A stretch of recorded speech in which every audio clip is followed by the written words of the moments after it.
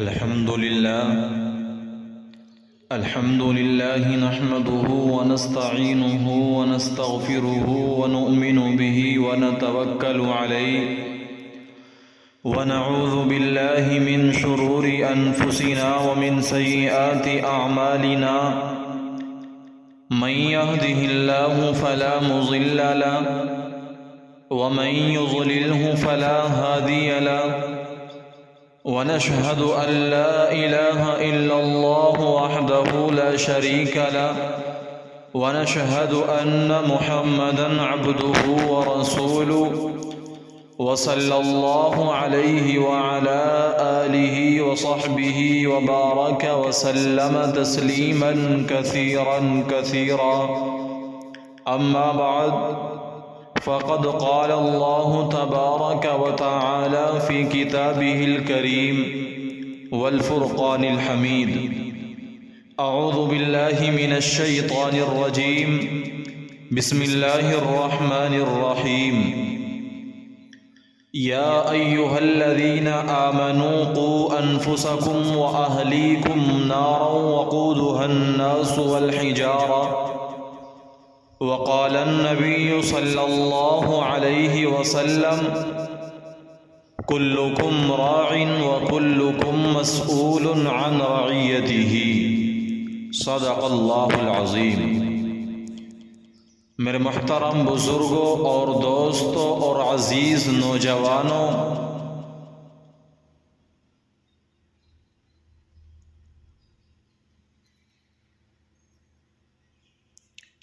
اسلام نے ہمارے اوپر بہت سے احسانات کیے ہیں۔ ان میں سے ایک احسان ہمارے اوپر یہ ہے کہ اسلام نے ہمیں یہ بتلایا ہے کہ شادی کم خرچے میں کی جائے، مگر آج لوگ جو شادی کم خرچے میں کرتا ہے، لوگ اس کو حقیر سمجھتے ہیں، اس کو کمتر سمجھتے ہیں، اس کا مذاق اڑاتے ہیں۔ اس لیے میں کہتا ہوں کہ بچے کے بالغ ہوتے ہی بچوں کا نکاح کر دیا جائے۔ آج ہم لوگوں نے سنت سے ہٹ کر نکاح کو اتنا مشکل کام بنا دیا ہے کہ آج ہم سالوں سال شادی کی تیاری میں لگے رہتے ہیں، بچوں کی آدھی عمریں ڈھل جاتی ہیں۔ یہ وقت پر نکاح نہ کرنا آج بہت سی برائیوں کا سبب بن رہا ہے۔ آج جو پوری دنیا کے اندر بدکاری اور زناکاری عام ہو رہی ہے، اس کا ایک بڑا سبب یہی ہے کہ ماں باپ اولاد کے اس حق کو وقت پر ادا نہیں کرتے، اور نکاح میں دیری کا سبب بھی ہم لوگوں نے ہی پیدا کر رکھا ہے کہ ہم نے نکاح کو بڑا مہنگا بنا دیا ہے۔ حالانکہ نبی کریم صلی اللہ علیہ وسلم نے تو فرمایا کہ نکاح جس قدر سادگی اور کم خرچے کے ساتھ ہوگا اتنا ہی بابرکت ہوگا، مگر آج ہم لوگوں نے نام و نمود اور ریا کے خاطر ہزاروں خرافات کا ادا کرنا اپنی شادیوں کے اندر لازم قرار پا لیا ہے۔ اور مسلمانوں سنو، جن پر آج امت کا پیسہ پانی کی طرح بہایا جا رہا ہے، نعوذ باللہ من ذالک، بلکہ جو آدمی سادگی اور سنت طریقے پر نکاح کرتا ہے اس پر طعن و تشنیع کی جاتی ہے، اس کو بخیل اور کنجوس کہا جاتا ہے، اس کی حوصلہ شکنی کی جاتی ہے، اور ایسے نکاح کی تقریب کو لوگ خوشی کے بجائے مجلس غم سمجھتے ہیں۔ اور مسلمانوں، کس قدر افسوس کی بات ہے کہ اللہ کے نبی نے ہم کو طریقہ بتلایا تھا، آج لوگ اس کو نحوست بتلاتے ہیں، آج لوگ اس کا مذاق اڑاتے ہیں۔ آج لوگوں نے اپنے پاس سے ایسی رسمیں ایجاد کر رکھی ہیں، ایسی رسمیں گھڑ رکھی ہیں جن کا آپ کو قرآن اور حدیث میں کہیں بھی آپ کو ان چیزوں کا ثبوت نہیں ملے گا۔ مسلمانوں، اسلام نے تو شادی کو آسان بنایا ہے، اسلام نے تو ہمارے اوپر احسان کیا تھا کہ ہماری اس اہم ضرورت کو بہت ہی سادہ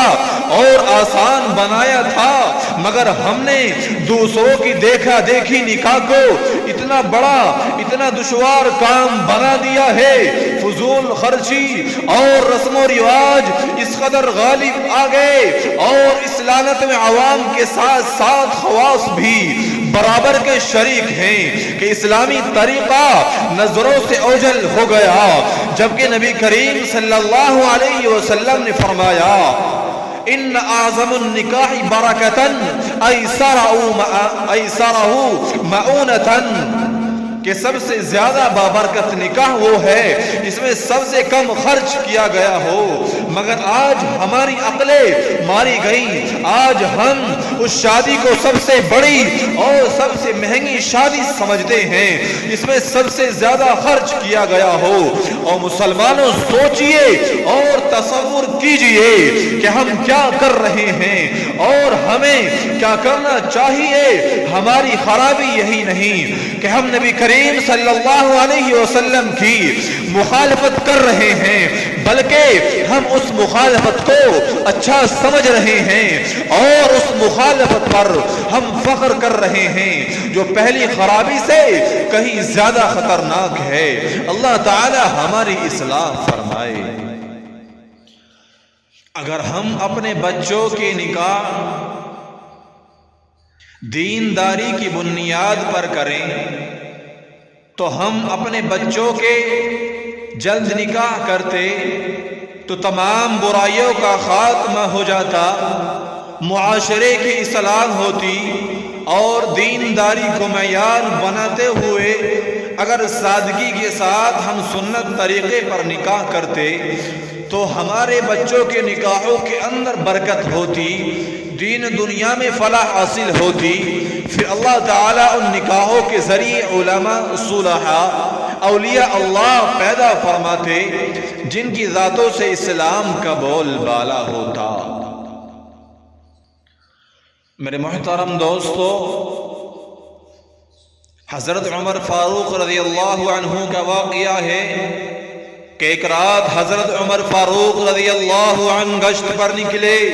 ایک گھر سے آواز سنی کہ ایک بوڑھی عورت اپنی جوان بیٹی سے دودھ میں پانی ملانے کے لیے کہہ رہی ہے۔ بیٹی نے جواب دیا کہ اماں جان، امیر المؤمنین نے منادی کرا دی ہے کہ کوئی دودھ میں پانی نہ ملائے۔ بوڑھی عورت نے کہا کہ نہ یہاں منادی کرنے والا موجود ہے اور نہ امیر المؤمنین دیکھ رہے ہیں۔ تو مسلمانوں، اس لڑکی کا جواب سنو، اس بوڑھی اماں کا جواب تو سنو۔ اگرچہ امیر المؤمنین موجود نہیں ہیں مگر اللہ تبارک و تعالیٰ تو دیکھ رہے ہیں۔ حضرت عمر فاروق رضی اللہ عنہ نے جب ماں بیٹی کی یہ گفتگو سنی تو کچھ دیر کے بعد حضرت عمر فاروق رضی اللہ عنہ اس بوڑھی عورت کے پاس تشریف لے گئے اور اس بوڑھی عورت سے معلوم کیا اور اس بوڑھی اماں سے معلوم کیا کہ تم نے اپنی جوان بیٹی سے دودھ میں پانی ملانے کے لیے کیوں کہا، اور اس لڑکی نے منع کر دیا۔ تو اسی وقت اپنے صاحبزادے حضرت عاصم کے لیے حضرت عمر فاروق رضی اللہ عنہ نے اس لڑکی کا رشتہ مانگ لیا، شادی ہو گئی، اور پھر اس لڑکی کی دینداری اور خوف خدائی کا نتیجہ تھا کہ اللہ تبارک و تعالیٰ نے اس لڑکی کی نسل سے حضرت عمر بن عبد العزیز رحمہ اللہ جیسا عادل خدارہ ترس راشد خلیفہ پیدا کیا جو پہلی صدی کے مجدد ہوئے اور جن کے دور خلافت میں بکری اور بھیڑیے نے ایک ساتھ مل کر ایک ہی گھاٹ پر پانی پیا۔ اس لیے میرے محترم بزرگوں، اگر ہم دینداری کو نکاحوں کا معیار بنائیں گے تو پھر ایسے ہی برکتوں کا ظہور ہوگا،